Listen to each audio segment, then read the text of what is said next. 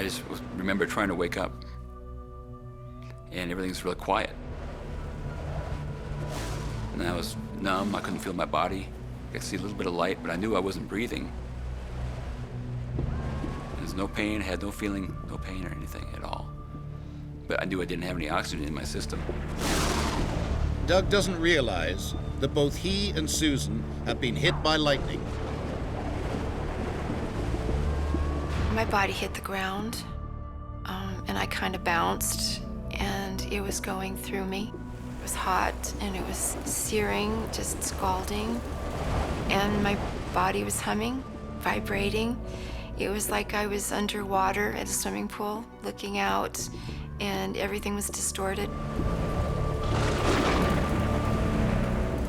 It was like I was in an energy field, just surrounded, trapped to the ground. Surprisingly enough, I didn't think I was going to die. Susan is lying on a bed of hail.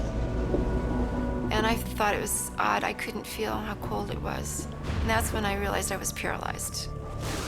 From my shoulders up, I could move my head, but the rest of my body absolutely could not function. And I had no idea that it had hit him too. I couldn't feel anything. I thought maybe I was dreaming. When you're in a semi-state, when you're almost awake, but you're still dreaming. I just knew I needed air, but I was still numb, and my legs were paralyzed. My arms were paralyzed. I couldn't feel my chest, and I couldn't even swallow at that point. I finally got a breath. A few minutes later, I was able to move my neck, and then I could see her. Doug is still partially paralyzed.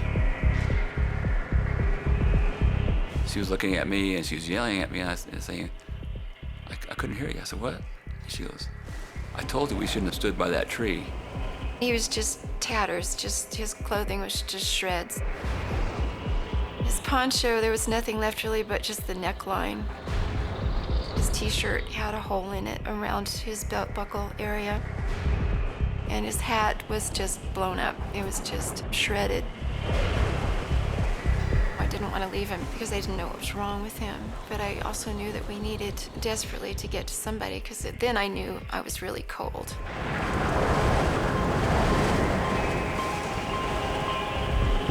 Like a bolt from the blue, help arrives. We were just coming out of the woods into the clearing, and we barely saw her. Gary and Marsha Muncy are caught in the same storm.